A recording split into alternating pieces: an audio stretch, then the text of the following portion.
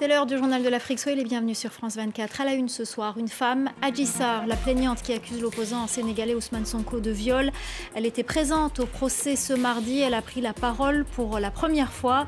On fera le point avec notre correspondante à Dakar, Sarah Sako. Nous irons également à Ziguinchor, où notre envoyé spécial, Elie Dao, a rencontré des partisans de l'opposant. La polémique autour des violences policières en marge d'une manifestation samedi en République démocratique du Congo. L'ONU, les États-Unis et l'Union européenne ont condamné l'usage disproportionné de la force par la police. Nous évoquerons également dans ce journal une autre polémique, celle provoquée par le projet de loi Chiani. Reportage à suivre. Et puis à la fin de ce journal, on va vous emmener au Nigeria. Le pays vient d'inaugurer une méga raffinerie, la plus grande infrastructure de ce pays sur le continent.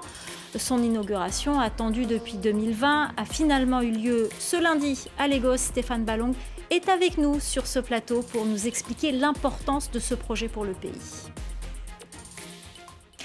Le procès de l'opposant sénégalais Ousmane Sonko a repris ce mardi. Il a été marqué par l'absence de l'accusé et de ses avocats et la présence puis la prise de parole de la plaignante Adji Sarr, employée dans un salon de beauté. Elle accuse Ousmane Sonko de viol.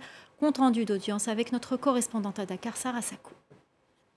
Tout de rouge vêtu, Adji Sarr a pris la parole en Wolof, répondant aux questions du président de la chambre criminelle. Elle a notamment énuméré les différents massages qui étaient prodigués dans l'établissement où elle travaillait, massage relaxant, massage tonifiant, massage body-body, où, a-t-elle expliqué, le client et la masseuse sont nus, massage, je cite, avec finition. Ce témoignage cru a entraîné des clameurs, des murmures dans le public qui réagissait donc aux propos d'Adji Sarr. Elle a ensuite évoqué Ousmane Sonko à la demande du juge et réitéré ses accusations répétées de viol. Pourquoi ne pas avoir réagi lors de la deuxième agression, a demandé le juge. Parce que j'avais peur, a répondu la jeune femme. Puis c'est son ancienne patronne, la propriétaire du salon de massage, Ndeye Khady Ndiaye, qui a ensuite pris la parole. À la barre, elle a contredit son ancienne employée, expliqué qu'Ousmane Sonko était un habitué et surtout qu'elle n'avait jamais eu vent d'une quelconque agression d'Adji Sarr dans son salon. Sinon, a-t-elle dit, elle aurait réagi. Elle l'a également contredit sur une date d'une agression présumée. Ce jour-là, selon elle, eh bien, le salon était fermé. Cette première audience s'est donc tenue en l'absence d'Ousmane Sonko, mais également de ses avocats, des avocats de la patronne du salon de massage également. Ceux-ci protestaient contre le refus du juge ce matin de renvoyer l'audience. Ils ont donc quitté la salle à la mi-journée. Je vous le disais, Ousmane Sonko n'était pas sur le banc des accusés. Avec ses avocats, il a boycotté l'audience. Le maire de Ziguinchor était dans sa ville, retranché chez lui.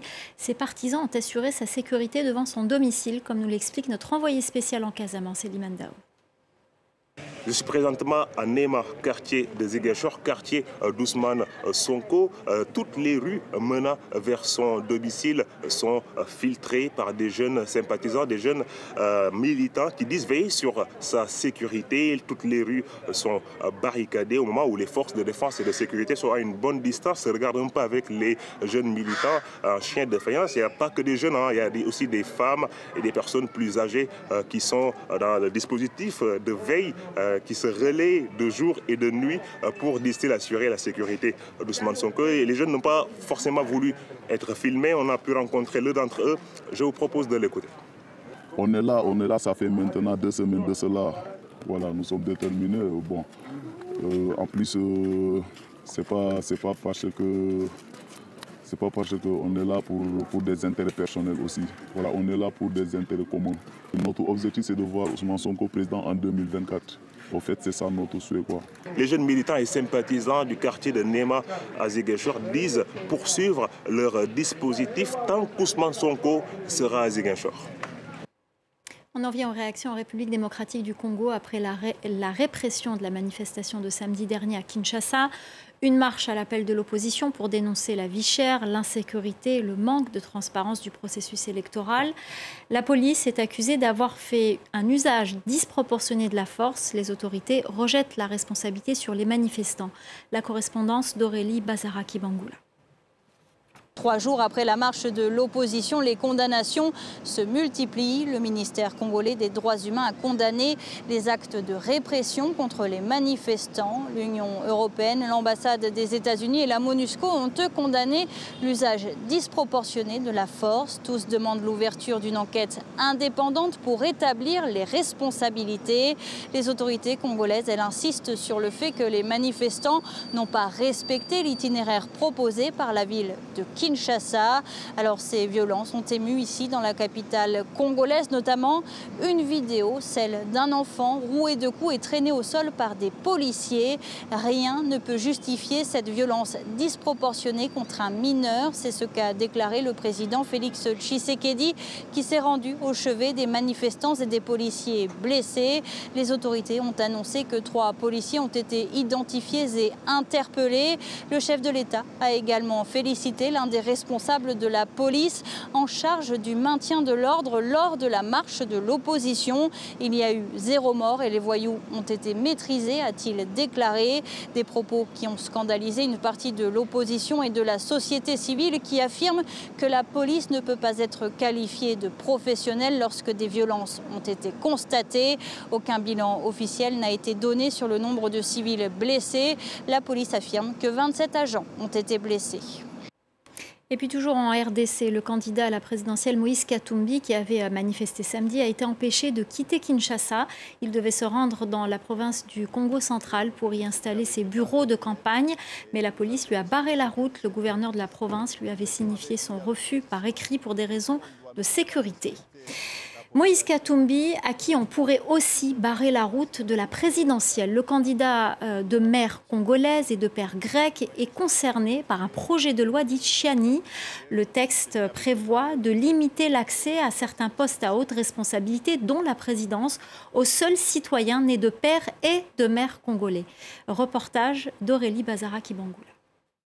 C'est un homme en campagne. Depuis plusieurs semaines, Noël Tchiani enchaîne les conférences, comme ici, lors d'une remise de diplômes à des étudiants. Son objectif, défendre sa proposition de loi dite Tchiani, un texte qui prévoit que seuls les Congolais nés de parents congolais puissent accéder à la présidence et aux fonctions régaliennes. Un moyen, selon lui, d'éviter les ingérences étrangères au sommet de l'État. Si nous avons un tel président de la République, des tranchées entre le Congolais de sa mère et le Rwanda de son père, et il pourrait prendre des décisions qui peuvent mettre à mal la souveraineté nationale. Ce discours, Noël Tchiani le tient depuis plusieurs années. En 2021, sa proposition de loi avait déjà été déposée à l'Assemblée nationale, mais rejetée sans être examinée, car jugée contraire à la Constitution. Cette fois-ci, le texte est accepté. Pour beaucoup, cette proposition de loi rappelle l'ivoirité en Côte d'Ivoire. Noël Tchiani s'en défend. L'ivoirité a refusé la nationalité ivoirienne à 7 millions d'Ivoiriens au nord de la Côte d'Ivoire. C'est ça qui a provoqué la guerre. Ici, dans notre cas, nous ne refusons la nationalité congolaise à personne. Pour ses détracteurs, cette proposition de loi a été déposée pour viser une personnalité de premier plan à 7 mois de l'élection présidentielle, Moïse Katumbi. La candidature de l'opposant pourrait être invalidée si la loi Tchiani est votée et promulguée cette année. On devrait ouvrir la compétition et il ne devrait pas faire peur à ceux qui se disent être sûrs de gagner l'élection. Mais par toutes ces manœuvres, nous croyons que c'est Katumbi qui est visé et il ferait peur. Et cela donnerait un mauvais coup à la démocratie. Plusieurs organisations de la société civile ont dénoncé ce texte qu'elles qualifient de raciste. Le président Félix Tshisekedi avait émis des réserves en 2021 sur la pertinence de cette proposition de loi. Ce calme précaire au Soudan, des tirs sporadiques ont été signalés malgré l'entrée en vigueur hier d'une trêve censée permettre à des civils de fuir et à l'aide humanitaire d'être acheminée. Pour le moment, aucun couloir sécurisé ne permet le déplacement de civils ou l'acheminement de l'aide humanitaire.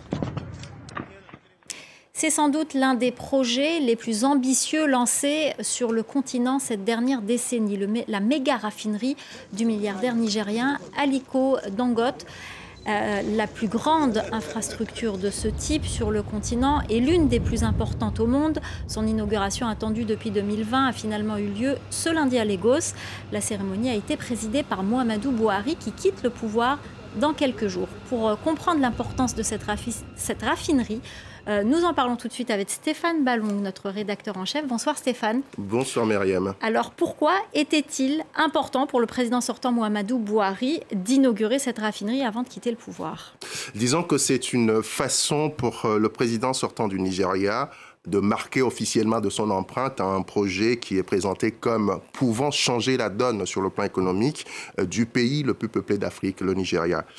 Comme vous le savez, Muhammadu Buhari a un bilan économique à la tête du pays qui n'est pas du tout reluisant, et ce notamment dans le domaine énergétique, un secteur vital pour l'ensemble de l'économie. Vous le savez, vous y étiez Myriam, le pays est régulièrement confronté à des pénuries de carburant, des pénuries qui pénalisent à la fois les entreprises et les particuliers, et ce, alors même que le Nigeria, comble du paradoxe, est le premier producteur africain d'or noir. Alors, en inaugurant cette raffinerie, pendant qu'il est encore au pouvoir, Muhammadu Buhari pourra revendiquer en quelque sorte une partie du succès de ce projet. De fait, son administration a accordé de nombreux avantages au groupe Dangote, et surtout, son gouvernement a investi en mai 2021 l'équivalent de 3 milliards de dollars dans cette raffinerie, et il a fait cela à travers la compagnie nationale qui s'appelle NNPC. En échange de cet investissement, le gouvernement et donc d'une certaine manière l'État nigérian prend 20% des parts de cette raffinerie. Alors, que va changer exactement cette infrastructure? On parle d'un investissement total de près de 20 milliards de dollars, une capacité de raffinage de 650 000 barils de pétrole par jour. Les chiffres sont astronomiques. Oui, vous les maîtrisez, les chiffres. Lorsque cette infrastructure, cette nouvelle installation démarrera ses activités, on parle de quelque part entre juin et décembre prochain, alors cette raffinerie permettra au Nigeria de mettre un terme à un terrible paradoxe, une absurdité qui fait aujourd'hui que le premier producteur de pétrole sur le continent est obligé d'importer la quasi-totalité de carburant dont il a besoin pour faire tourner son économie. Je rappelle que le Nigeria produit aujourd'hui en moyenne un peu plus d'1 million de barils de brut par jour. Et comme vous pouvez le voir sur le dessin qui va apparaître à l'écran, le pays possède 4 raffineries qui ne marchent pas. Résultat, il est obligé d'importer les 33 millions de litres d'essence qu'il consomme par jour. Et quand on ajoute cette consommation à d'autres produits pétroliers, la facture des importations revient extrêmement chère, plus de 23 milliards de dollars, comme on peut le voir à l'écran. Alors, oui, Myriam. Allez-y, allez-y. À l'horizon 2025, lorsque cette raffinerie tournera à plein régime, vous allez le voir sur le schéma qui va apparaître, le pays produira alors plus de 53 millions de litres d'essence par jour, ce qui suffira largement pour couvrir ses besoins actuels. Et surtout, le pays qui n'importera plus fera des économies. Les sommes colossales dépensées aujourd'hui pour importer serviront à financer l'économie locale. Et le pays pourrait même gagner de l'argent supplémentaire en exportant justement le surplus. Alors, très rapidement, Stéphane, c'est bon pour le groupe Dangote, c'est bon pour l'État nigérian, mais qu'est-ce que ça change pour le Nigérian lambda? Théoriquement, le pays ne devrait plus être confronté aux pénuries de carburant. Mais est-ce que les prix seront-ils pour autant bas? Là est tout le débat aujourd'hui. Plusieurs analystes attirent l'attention sur le fait qu'aujourd'hui, cette raffinerie est une initiative privée et qu'elle a coûté énormément d'argent à Dangote. Dangote qui va devoir rentabiliser ton investissement et donc vendra son carburant au moins au prix du marché. Merci beaucoup Stéphane pour votre décryptage. C'est la fin du Journal de l'Afrique. Restez avec nous, l'info continue sur France 24.